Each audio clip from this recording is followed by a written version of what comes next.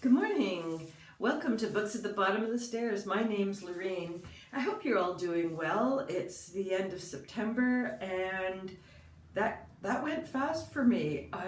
Every September goes fast.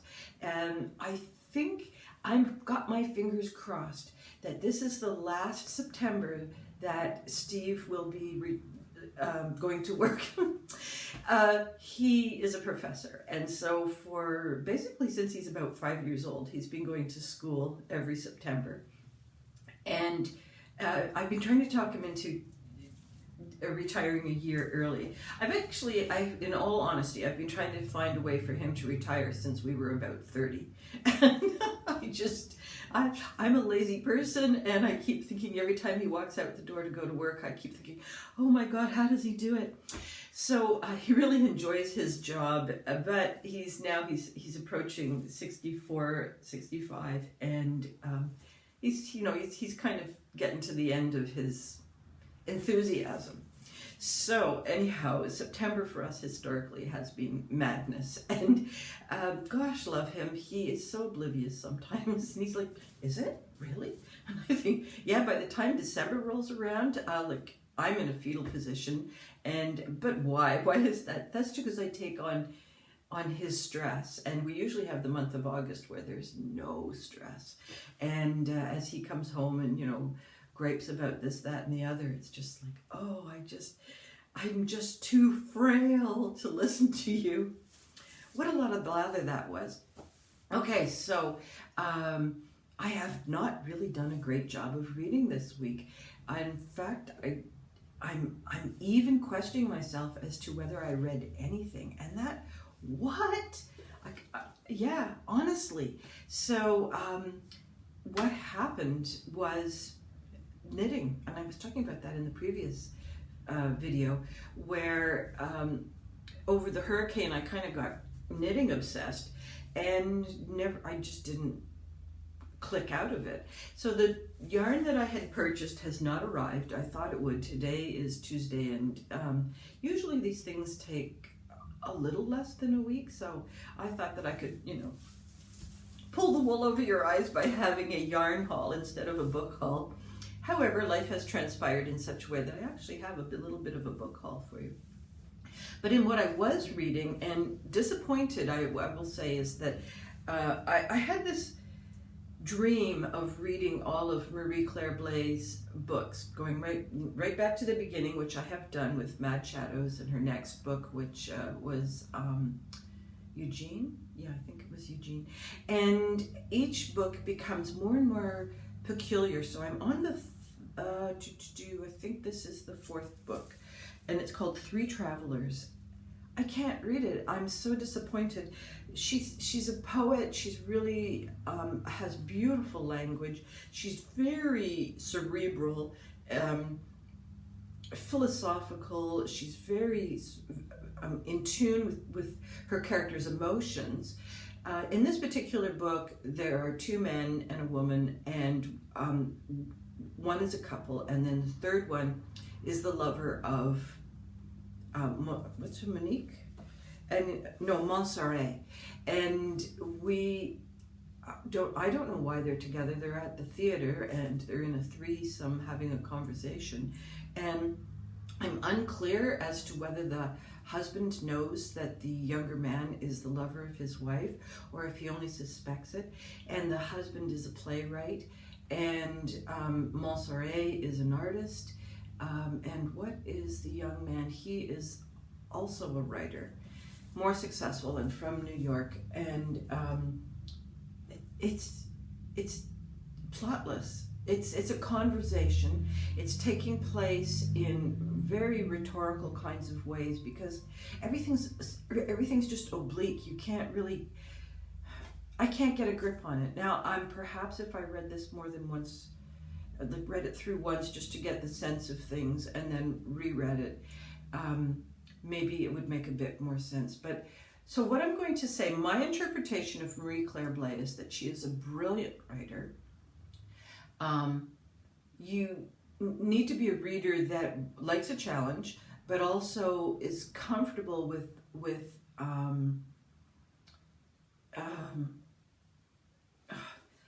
basically a lot of the writing methods are gone. So we don't really have a plot line. We don't really have any description of the characters, and we don't know if they're older or younger or gray or, you know, redhead. We don't know any of that. Mustaches, tall, short, thin. We have zero setting, because I actually am not sure if they're in the theater lobby, if they're sitting beside each other in a cafe afterwards, or if they're in their living room. I really don't know where they are. And I also can't figure out whether they're trying to figure out who's in relationship with two. I just don't know. But if you're a reader who just really loves language and really loves the play of sound and word, and it probably would make an amazing read aloud if you had a couple of people taking on the different voices and just because, as I say, there's no interruption for description. So, but it's not a play. So there aren't any directions in terms of, you know, so-and-so sat here. I think my observation for Marie Claire Blais in her writing, because I've done it in chronological order, is that with each work that she does, she's trying to eliminate one more element of what structures a book and timelines, and in a way this particular book, The Three Travelers, you could call it almost a novel in verse, because her language is so poetic and what would you say? It's like the difference between. It's like a difference. It's like a crow. It's a difference between a peacock and a raven. There you go. A peacock's got all of its colors and its feathers, and it's very clear. Here's the tail. Here's the head. Everything's magnificent. But a raven, if you take a close look at it, you have to look deeper to get the different colors, to get the sheen, to get the beak, and to get the incredible feathering that they do once their wings are wide open. So if you can get along with that little analogy, then you're going to really like Three Travelers. But if you prefer a peacock, it's not for you. And I'm sad about that, because there's a couple more books of hers that I would like to read, and I think I might just have to give up. I think this is just beyond me. Unless I can find someone else who's local and who really wants to get their teeth into it. Yeah, I think this might be the end of the project for me. C'est dommage.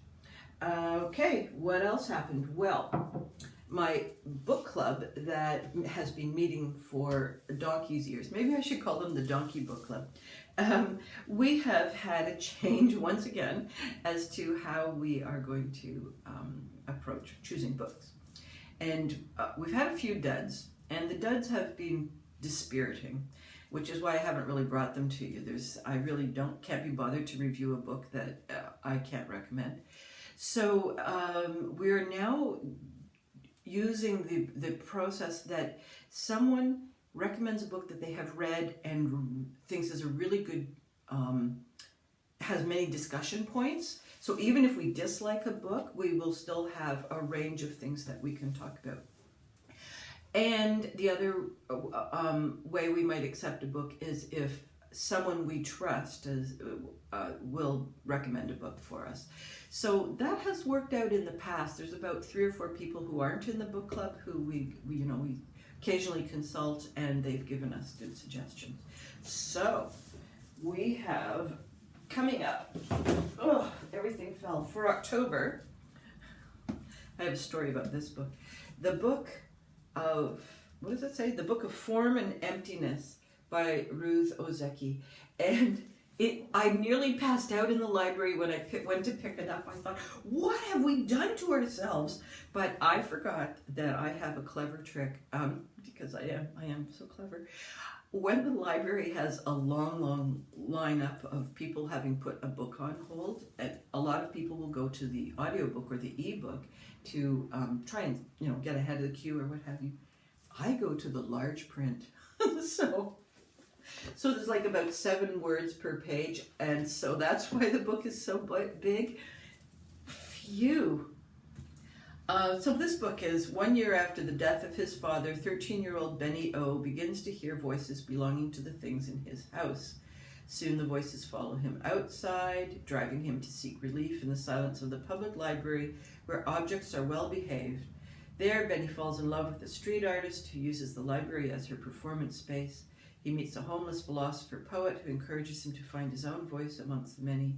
And he meets his very own book, who narrates Benny's life and teaches him to listen to the things that truly matter. So, sounds kind of fun. And this was recommended. One of the ladies in the book club loves this particular author, so we're hoping for the best. And another one, I think for November, is As Long as the Lemon Trees Grow by Zulfa Katau. And I've seen this in the bookstores. I've almost picked it up a couple of times. And I've recommended it to both book clubs that I belong to. It hasn't been, hasn't been excited. No one's been excited about it. But someone else recommended this book to my Donkey Book Club, and they'll kill me if they find out that that's what I say. All right. There's an opportunity for people to add comments. What will we call this book club that has been going on for probably 15 years, easy, and is mostly ladies of gravitational pull. So someone else recommended this book, and so it's on our list of things to read in October or November. So in case you're looking for books that have had good recommendations by other people who you may not trust, those are the two. All right, the other thing that happened was my book club that is geared towards YA, we usually call ourselves Woozles, that needs a new name too, because the store is really not part of the book club anymore.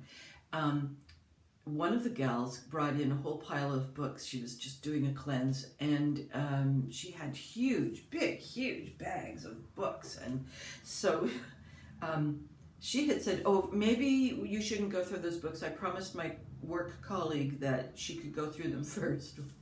That work colleague wasn't there. She didn't stand a chance. We all went through that. And like the person who owned the books is kind of, So I picked up a couple. Now, I think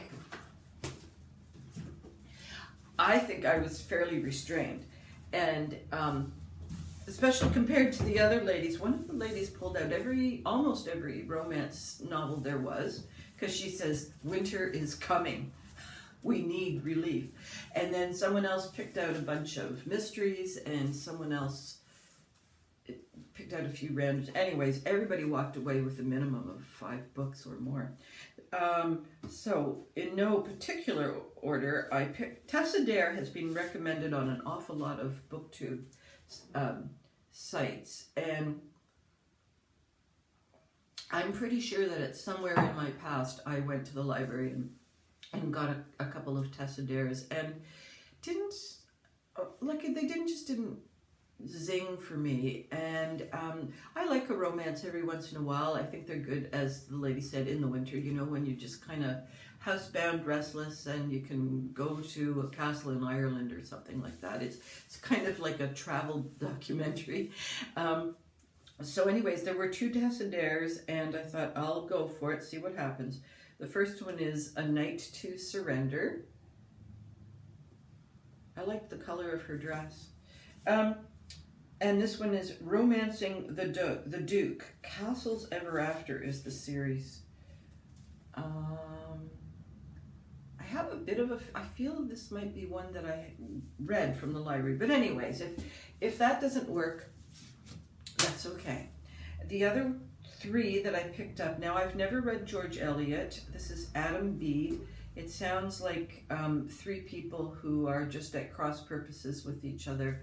And I'm just curious how George Eliot writes, having never read them before.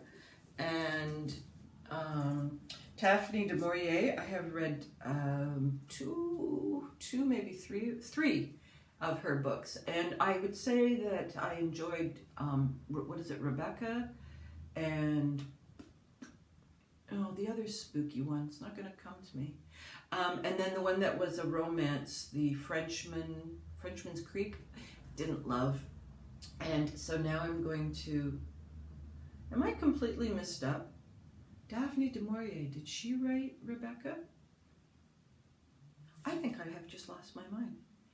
Okay, anyways, Daphne du Maurier, The Breakthrough. It's a small little, it's like a small novella. I have no idea what it's about, but it would be great. It's great to stick in your purse for if you're, stuck at the doctor's or something like that. The last one I picked up will be a reread for me. I've had this one on my mind, for a couple of years, thinking I'd like to reread that, The Shipping News, by Annie Proulx, and I wondered whether she was Canadian or not. I had a feeling. Yeah, she lives in Wyoming and Newfoundland. I have a feeling she's Canadian, but I'm not 100% sure. I've read Accordion Crimes, and that's it. But I enjoyed this at the time. It came when I was sort of at that stage with kids who were more and more independent, going to school for more than just the morning. And so I could finally segue back into books that needed a bit more attention. I was reading a whole lot of mystery series in those times that you could pick up and put down quite easily. Okay, so the other thing that happened in the month of September is Cheryl and I went for a drive around town looking for little libraries. And I, afterward, I had this idea, thought it would be great to go and see them. And I had a whole pile of books and this would be, a fun thing to do, and it was. Then when I came home and I watched a couple of other people do their little library videos, they had actually filmed going to the library, the little box on the street and opening it, looking at the books, putting their book in, checking to see if there was something. No, I just took pictures. So there's going to be a little photo montage at the end of this. And how many books did we put in? We got rid of 14 books, and I picked up 2, and Cheryl picked up 1. So we decided that generally it was a success. Now, the little libraries that we went to are part of the free library system. So what people have done is they've registered their little library on their front yard, and they get a number, and so you can Google map it, and that's what we did. But then in the meantime, I've noticed a couple of others that aren't registered with that. And so I think what Cheryl and I are going to do, probably in the spring, because by then we'll have a nice stack of books to pass on, is do sort of our own little Google map, and then we'll make a journey of it. Maybe we'll get coffee and donuts and just, go for a picnic around the town and discuss the merits of them all. You never know what Cheryl and I are going to do. So I think that's it for me this week. I plan to get back to reading. I'm going away for the weekend to Textile Artists Conference, and I'm really looking forward to that. And I'm pretty sure there won't be any reading. I just get so revved up. There's about 18 or so textile artists, and talk, and we're from all over the Atlantic provinces. So we've got 48 hours to get it all out. And so we're all like writing madly and putting notes in our phones, talking to our phones, and also trying to socialize because we're all so isolated in our studios. This is an opportunity for real human contact.